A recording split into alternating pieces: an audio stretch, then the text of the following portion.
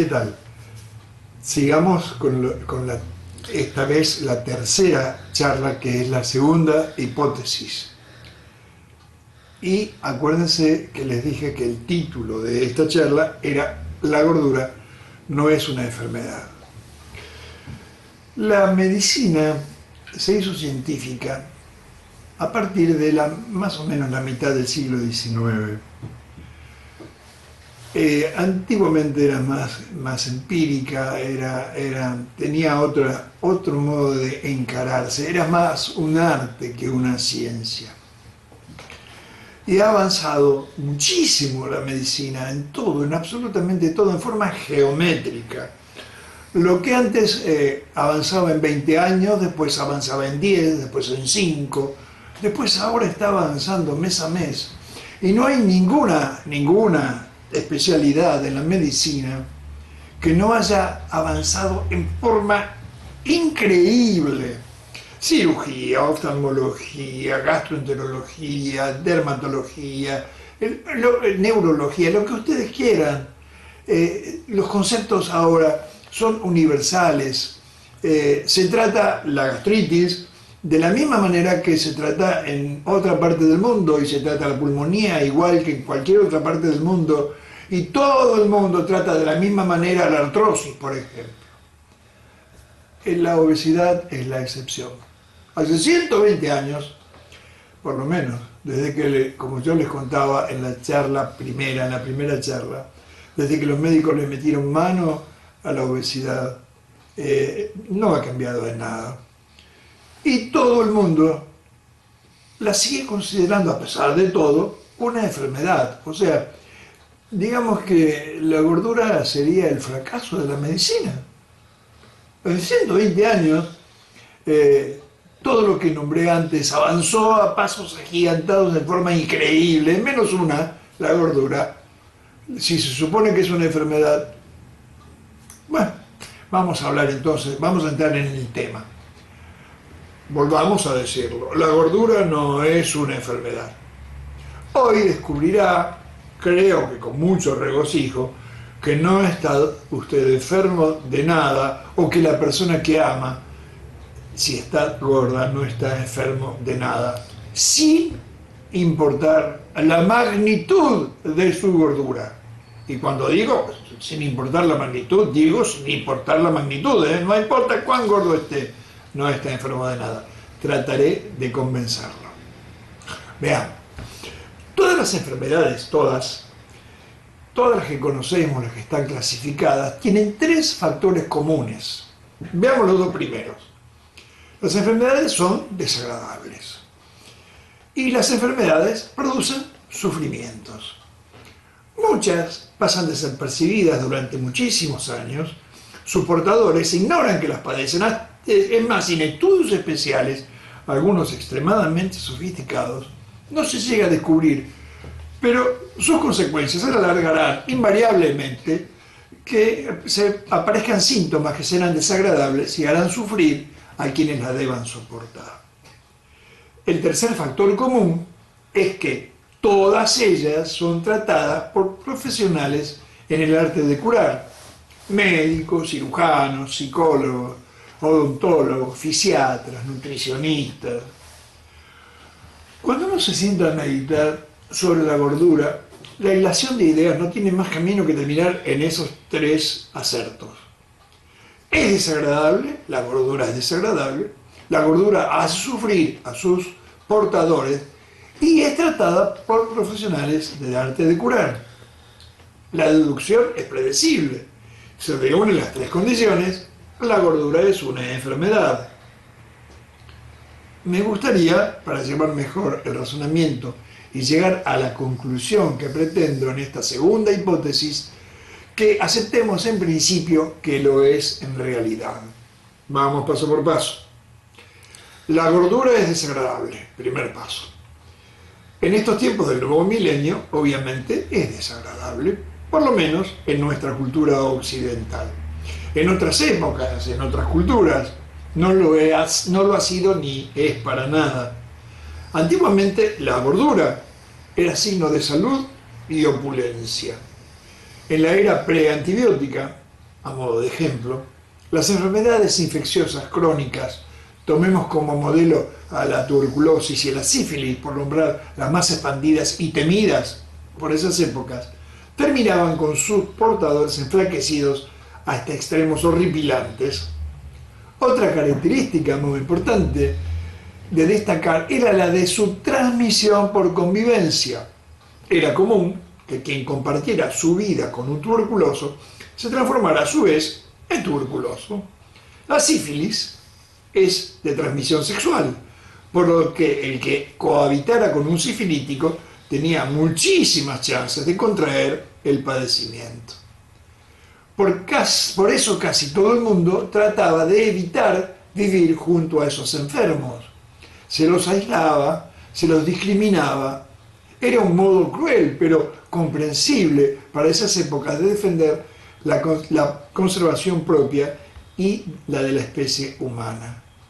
Un problema estrictamente médico se tornaba, por el método de la prueba y el error, en un cambio de hábitos culturales. Cambio de hábito que forzosamente debía traer como consecuencia una legión de víctimas inocentes, que eran las personas genéticamente delgadas a perpetuidad. Me refiero a aquellos que con genética e incapacidad de acumular grasas. Ellos, los flacos, eran sospechados de ser enfermos contagiosos, por lo que se los discriminaba tanto como a los portadores legítimos de esas enfermedades. La madre de una muchacha de principios del siglo XX, digamos, hacía lo imposible para engordar a su niña. La gordura era la antítesis de la enfermedad. La antítesis de la enfermedad es la salud. En consecuencia, la gordura era salud. El parecer estético también estaba condicionado por todo este fenómeno. Una mujer longilínea era, por definición, delgada, pero a la vista de todos era flaca. Y si era flaca, era sospechosa. Luego, no era apetecible a los ojos del varón. Y si su figura no apetecía, porque daba miedo que fuese una persona que pueda contagiarnos, no era estéticamente agraciada. Los hombres gustaban de mujeres gordas, pulposas, sanas, para que no los contagien, para que puedan vivir lo suficiente y con la vitalidad necesaria como para engendrar muchos hijos y asegurar la continuidad de la raza humana. Ellas lo preferían de cuerpos musculosos y llenos de vigor por el mismo motivo. Y si su naturaleza o sus actividades sedentarias les impedía lucir cuerpos así, el exceso de grasa de la gordura podía disminuir tales carencias. Mucho antes, en el Renacimiento, la opulencia corporal era, a su vez, signo de poder económico y elegancia mayúsculos. En esas épocas, las enfermedades también consumían a sus portadores. También por esos tiempos se trataba de engordar a los jóvenes de ambos sexos. Pero en esos años, los alimentos que permitían engordar, más adelante trataremos el tema más puntualmente, un tema muy interesante, ya lo verán. Los alimentos que podían producir gordura eran muy caros y por lo tanto eran prohibidos a los estratos sociales medios y bajos, que eran, como ahora, la inmensa mayoría. Solo los muy escasos ricos de esas épocas podían consumir productos que proporcionaban salud, gordura, harina refinada, azúcar, frutas en abundancia, dulces, miel. Los retratistas de entonces, los que nos han legado las imágenes de aquellas modas y costumbres, eran profesionales que sobrevivían vendiendo el producto de su arte, y los que podían comprarlos eran los pertenecientes a las clases adineradas, los mismos que podían proveerse de los carísimos alimentos engordantes. Es por eso que las imágenes que heredamos son las de personas robustas y generalmente más que robustas. Los estratos mayoritarios de todas las sociedades se sustentaban, aunque muchas veces escasamente, con alimentos de muy buena calidad, carnes, lácteos, huevos y vegetales de lo que hasta podían autoabastecerse, pero que no podían engordarlos. Ellos, los de escasos recursos, tenían las más de las veces el aspecto de pobres, flacos, enfermos. Los ricos padecían las mismas enfermedades que los pobres, pero les era más fácil disimularlo durante mucho tiempo, por lo que aún enfermos podían mantener una imagen saludable. En el aquí y el ahora, como dicen los psicólogos, hay atavismos de esas viejas culturas. Existen comunidades en el mundo en donde la opulencia femenina es sinónimo de hermosura. En esos lugares a las mujeres ni se les ocurre ponerse a dieta para tener el cuerpo de las modelos de las tapas de las revistas. En todo el mundo, la saludable gordura de los bebés es mostrada con orgullo por sus padres y abuelos. Segundo, la gordura produce sufrimientos. Esto parece cierto. Los gordos sufren su gordura. Ahora es a ellos a quienes se los discrimina y se los aísla. Se creen los gordos minusvalidados para un gran número de cosas. No pueden vestir a la moda. Se sienten impedidos de mostrarse semidesnudos en donde la gente se muestra así, en los gimnasios, en las playas, en las piletas de natación. Ni siquiera pueden algunos concurrir a cines o teatros o viajar en aviones porque no entran en las butacas. Un gran número de ellos sienten que tienen vedado el acercamiento romántico a las personas del sexo opuesto que les atraen. Deben, tantísimas veces, quedarse con una pareja que no les apetece para evitar la condena de seguir el resto de su vida solos. Están convencidos de que han perdido la capacidad de elegir y eso, creo, que es una de las consecuencias más graves. Se autorreprimen socialmente, tienen vergüenza de que se los vea en ese estado, se sienten obligados a complacer a quienes ocasionalmente los acompañen, mostrándose elocuentes y de excelente humor, aunque sus almas estén desgarradas por algún desgraciado devenir de su existencia. A realizar el agotador esfuerzo de vivir perpetuamente sonriendo para la foto de una vida que quizá, por muchas razones, les impida posar espontáneamente felices. Terminaré estas consideraciones con una paradoja que pretendo lo deje intrigado y que trataremos de razonar oportunamente. Escuchen bien, por favor. Si la gordura no produjera todos esos padeceres, todos esos sufrimientos, es muy seguro que no habría tantos gordos. Más adelante lo van a entender y seguramente van a estar de acuerdo conmigo. El tercer ítem que hace que la gordura parezca una enfermedad es que la gordura es tratada por profesionales del arte de curar. Es lógico que las cosas sucedan así. Es un padecimiento humano y somos nosotros, los médicos, psicólogos y todos los demás, los que hemos sido entrenados para tratar los padecimientos humanos. La historia es bastante afín con los demás problemas del cuerpo. Cuando los gordos, allá por fines del siglo XIX, fueron tan numerosos como para llamar la atención y despertar el interés de los científicos, muchos de ellos comenzaron a dedicarse a tratar de resolver el nuevo conflicto de sus sufrientes congéneres. Así como en los principios había en los hospitales salas de febriles, seguramente se inauguraron salas de gordos. Mas como el número de gordos aumentaba en mayor proporción que el de febriles, a alguien ha de habérsele ocurrido la progresista idea de establecer sanatorios exclusivos para la recuperación de pacientes gordos, cosa que obviamente fue muy rentable para sus mentores, ya que la idea aún tiene auge y el planeta está abarrotado de lugares destinados a esos fines. Otros médicos, otros profesionales dedicados al tratamiento de la gordura, menos institucionalistas, comenzaron a tratarlo en forma ambulatoria. Seguramente eran muchísimos los que, estando gordos, no justificaban una internación. Los encargados de tratar a esos pacientes comenzaron profundas investigaciones sobre las características y particularidades de la nutrición humana. Y como desde los principios se sospechó que algunos de ellos, esos disturbios de la salud, eran el resultado de desarrollos metabólicos, dividieron a la obesidad en exógena y endógena. Exógena es la que se produce por trastornos alimentarios y la endógena, la que seguramente era causada por enfermedades o disturbios internos.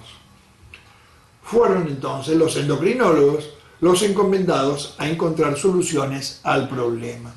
Fue así como los especialistas en endocrinología, metabolismo y nutrición comenzaron a hacerse cargo oficialmente de una cada vez más inmensa multitud de sufridos pacientes.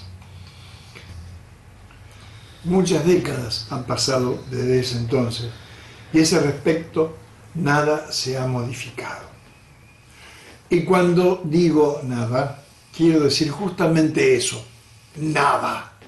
Siguen hoy en día, los especialistas en endocrinología, metabolismo y nutrición, siendo oficialmente comisionados para el tratamiento de la obesidad y, generalmente, los gordos los eligen como profesionales indicados para su primera consulta. Y ellos, los médicos endocrinólogos, ateniéndose al dogma de sus orígenes, siguen tratándolos tal cual como lo hacían los colegas de las generaciones que los precedieron, sin que puedan adivinarse en casi ninguno alguna actitud escéptica que los acerque a los principios fundamentales de la ciencia. Repiten casi todos exactamente lo mismo que les enseñaron sus progenitores.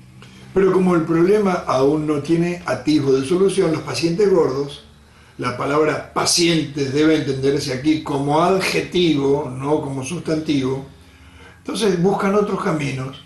Y como ahora están de moda las medicinas alternativas, ellos recurren a quienes las practican: acupuntores, pseudo-homeópatas, naturistas, aromoterapistas, gemoterapistas, etc. Por lo que estos comenzaron a intervenir al principio discretamente, pero ahora de forma más descarada, en el lucrativo negocio de curar a los gordos. Contrariando la medicina oficial, a la opinión de los médicos alópatas diplomados, a los autodiplomados pseudo-homeópatas, a los acupuntores y a todos los otros, uno tiene una postura radicalmente opuesta. Una hipótesis muy temeraria que trataré de defender con todos los argumentos de los que disponga. La gordura no es una enfermedad. La gordura no es más que un proceso fisiológico y normal. Naturalmente hay una mayor predisposición genética en unos que en otros para acumular más o menos grasas ante la misma cuota alimentaria. Esa es la causa primordial para que algunos tengan más conflictos que otros. La grasa, la gordura no es más que portar un exceso de ella, es un tejido muy especial creado para resolver el problema de guardar energía para cuando falte. El fin teleológico del tejido graso, la teleología, que es la doctrina de las causas finales o la adaptación a propósitos definidos, es el que quien posea una abundante cantidad de tejido adiposo, si no tuviese nada para alimentarse durante un tiempo más o menos prolongado, en sus grasas encontrará la energía necesaria que le permita tener fuerzas suficientes como para ir a buscar alimentos. Alimentos indispensables para su subsistencia: cazar, recolectar, pescar, quizá hasta luchar por ellos. Es otro mecanismo de defensa más con que nos ha dotado la naturaleza para adaptarnos a vivir en un mundo en donde la posibilidad de conseguir alimentos puede llegar a ser incierta. Un león que no acumulara la suficiente cantidad de grasa cuando consigue una buena presa no podría sobrevivir si la caza se le dificultara. No tendría fuerzas suficientes para perseguir a un animal y alimentarse de él después de muchos días de inanición. El tejido adiposo, La grasa acumulada gracias al último gran banquete le dará la vitalidad suficiente como para lograr una próxima comida aún muchos días después de no haber comido. La perpetuación de su especie está asegurada gracias a ese manto protector de la adiposidad de la grasa acumulada que su generoso organismo lo ha provisto en tiempos de bonanza. Sostener que la gordura es una enfermedad equivale a tomar como algo patológico el tener muchos anticuerpos o demasiada fuerza muscular o muchísimo ingenio y capacidad de adaptación para sortear situaciones de riesgo. Por todo esto, la gordura, aún desagradando, produciendo sufrimiento a quienes las lleven y siendo tratadas por profesionales del arte de curar, está muy lejos de poder ser considerada una enfermedad. La gordura es tan solo un conflicto y como conflicto debe ser abordada. Estoy absolutamente convencido de que esta confusión, enfermedad versus conflicto, es la causa de los fracasos en los intentos por vencerla. Si realmente fuese una enfermedad, ya los médicos nos hubiésemos puesto de acuerdo en cómo curarla. Ya hubiésemos encontrado, aunque más no fuese, una manera de aliviarla, o por lo menos de detener su geométrica expansión en todo el mundo. Estamos enfrentados, en la mayoría de nuestras consultas, a un sinnúmero de conflictos que son mucho más difíciles de resolver que las enfermedades clasificadas. La gordura no es más que uno de esos complejos conflictos. El considerarla una enfermedad nos hace la vida más fácil, el transcurrir de nuestra profesión más simple y llevadero. Aún no es el momento de usar como argumento lo lucrativo que significa considerarla enfermedad. Dejemos eso para más adelante. El día en que todos los médicos convengamos en que la gordura no es una enfermedad, sino tan solo uno más de los conflictos humanos, recién entonces comenzaremos a transitar con esperanzas el correcto camino de su solución. El encarar el modo de resolver lo que para sus portadores no es más que un conflicto, muchas veces un formidable conflicto, requiere de elucubraciones más filosóficas que anatomopatológicas y terapéuticas. He aquí la causa de nuestras divergencias, de nuestras casi siempre antipódicas posturas, con respecto a qué hacer ante la consulta de un paciente gordo, de alguien que quiere despojarse del motivo de sus desdichas, que quiere a cualquier precio eliminar la causa de sus tormentos. Habrá notado que antes he hablado de pacientes gordos. Esa expresión parece un contrasentido. Por un lado sostengo que la gordura no es una enfermedad y por el otro lado a los portadores de gordura los llamo pacientes. Es cierto, pero es a causa de los extraños vericuetos de la gramática. A quienes me consultan los llamo pacientes, pero no porque padezcan nada, sino por la paciencia que han de tener para llegar a lo que anhelan, o para que puedan convencerlos de que lo que anhelan muchas veces no es lo que a sus espíritus les conviene, si no consiguen primero calmar las pasiones de sus almas, para que consigan irse al vivir, al país de los delgados, no como siempre han hecho, ir a dar un paseo a ese país, sabiendo comenzar el viaje que ya tienen el boleto de regreso asegurado. Como consecuencia de todo lo anterior, el adelgazamiento también ha de ser el resultado de un proceso fisiológico que más adelante explicaré en detalle. Verán qué cosa interesante. Nunca, jamás el producto de un razonamiento terapéutico. Ayudar a un gordo a transformarse en delgado no es curarlo de nada, sino tan solo convencerlo de que un cambio en su estado, aunque más no sea un pequeño cambio, no ha de traerle más que un gran número de enormes beneficios, aunque a su inconsciente le cueste creerlo y se resista desesperadamente al cambio. Los médicos No debemos enfrentarnos a ellos con la premisa que tenemos incorporada en nuestra estructura mental, curarlos. Porque es una verdad absoluta el hecho que para curarse lo primero es estar enfermo. Y espero haberlo convencido de que la gordura no es una enfermedad. La machacosa reiteración de esta sentencia, la gordura no es una enfermedad, es adrede. ¿eh?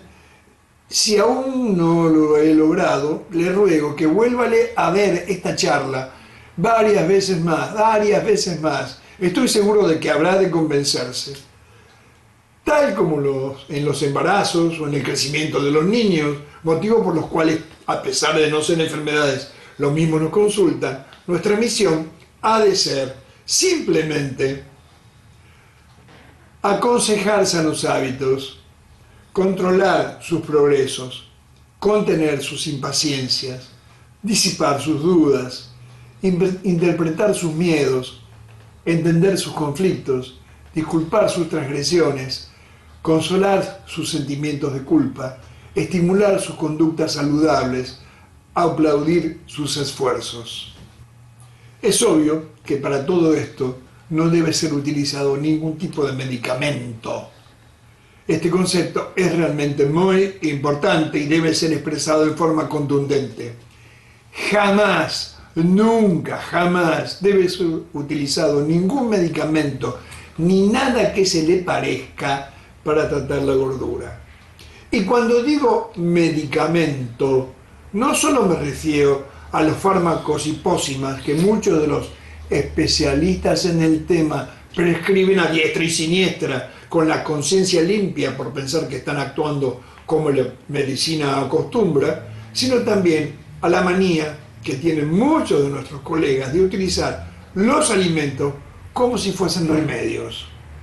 El remanido consejo: consuma tantos gramos de esto o de aquello en tal o cual momento o cada tantas horas, no es más que la paráfrasis de la cotidiana prescripción farmacológica.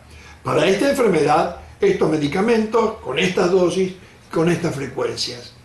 Si está usted gordo, no importa cuánto, no está enfermo de nada.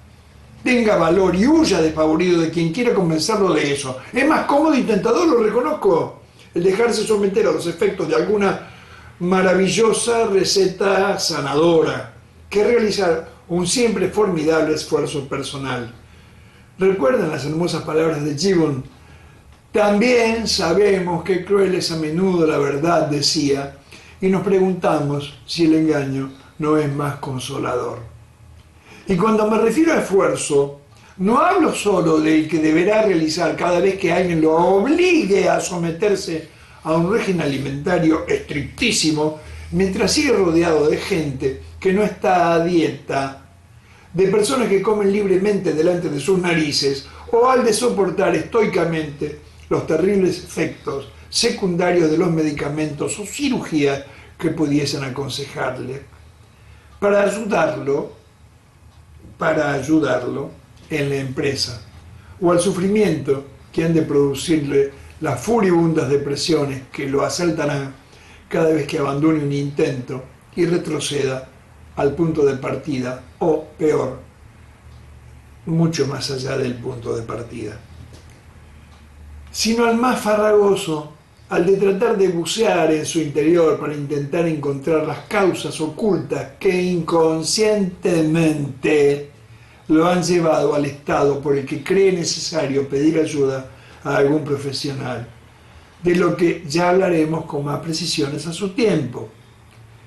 Es seguro que ya ha tenido varias experiencias que no han hecho más que frustrarlo.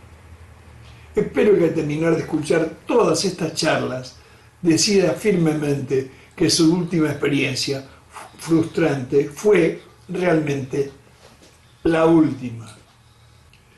La próxima semana hablaremos de la tercera hipótesis. Voy a explicarles el proceso fisiológico de engordar. Quizá por primera vez van a entender por qué una persona que tiene genéticamente la tendencia a engordar, engorda. ¿Cómo es la fisiología de la gordura. Les aseguro que es un tema apasionante. Anótese, suscríbase y denle un like si le ha gustado lo que ha escuchado. Hasta la próxima. Chao.